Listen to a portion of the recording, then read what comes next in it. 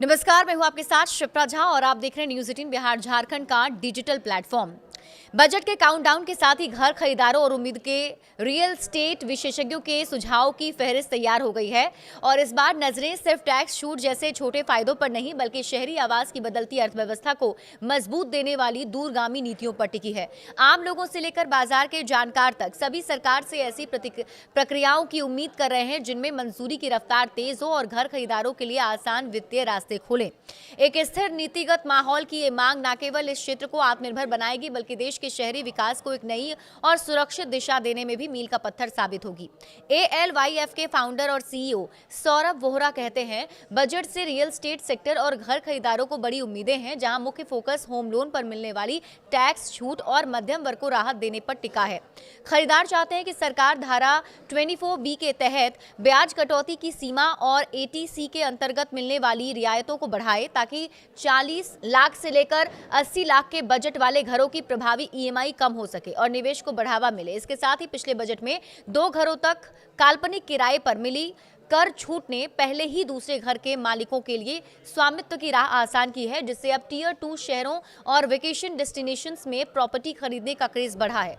कुल मिलाकर बजट में टैक्स सीमाओं में बढ़ोतरी और किफायती आवास नीतियों में निरंतरता न केवल आम आदमी की जेब का बोझ कम करेगी बल्कि रियल एस्टेट बाजार में मांग और आपूर्ति के चक्र को भी नई गति प्रदान करेगी।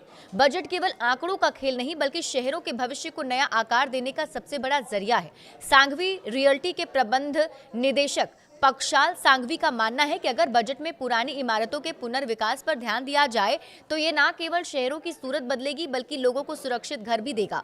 वहीं अलायंस सिटी डेवलपर्स की CEO अंकिता लोहारुका कहती हैं, डेवलपर्स के लिए अप्रूवल की प्रक्रिया में स्पष्टता और वित्तीय अनुशासन बहुत जरूरी है। वे कहती हैं कि पारदर्शिता और दूरदर्शी योजनाओं वाला बजट न केवल रियल एस्टेट सेक्टर को मजबूती देगा बल्कि उन आम नागरिकों का भरोसा भी बढ़ाएगा जो अपने पुराने मकानों को एक बेहतर और आधुनिक घर में बदलने की उम्मीद रखते हैं। आगामी बजट को लेकर डेलकोर के मैनेजिंग डायरेक्टर सिद्धार्थ चौधरी कहते हैं, इस बार फोकस नीतिगत निरंतरता और प्रीमियम हाउसिंग मार्केट जैसे कि गुरुग्राम के गोल्फ कोर्स रोड पर होना चाहिए। अगर सरकार स्टैंप ड्यूटी को तर्कसंगत मानती है और होम लोन के ब्याज पर मिलने वाली टैक्स छूट को बढ़ाती है तो इससे न केवल घर खरीदने वालों का उत्साह बढ़ेगा बल्कि निवेशकों का भरोसा भी मजबूत होगा। सिद्धार्थ चौधरी आगे कहते हैं कि डेवलपर्स के लिए इंफ्रास्ट्रक्चर स्टेटस के फायदों को बढ़ाना और कम ब्याज दर पर लंबी अवधि के कर्ज की उपलब्धता सुनिश्चित करना बेहद जरूरी है ताकि हाई क्वालिटी प्रोजेक्ट्स को समय पर पूरा किया जा सके। चूंकि गुरुग्राम में अब एक ग्लोबल रेसिडेंशियल और कमर्शियल हब बन चुका है तो ऐसे में एक दूरदर्शी बजट NCR को घरेलू और अंतर्राष्ट्रीय रियल एस्टेट निवेश के लिए सबसे पसंदीदा डेस्टिनेशन के रूप में और मजबूती से स्थापित कर सकता है। तो क्या कम होंगी घर की कीमतें? तो देखिए, ये भी कहा जा रहा है कि इस बार रियल एस्टेट सेक्टर की नजरें मुख्य रूप से GST और टैक्स ढांचे में सुधार पर टिकी है। हालांकि किफायती आवास के लिए GST दरें पहले से ही कम है, लेकिन निर्माणाधीन प्रोजेक्ट्स में इनपुट टैक्स क्रेडिट यानी ITC की सुविधा न मिलने से लागत बढ़ जाती है।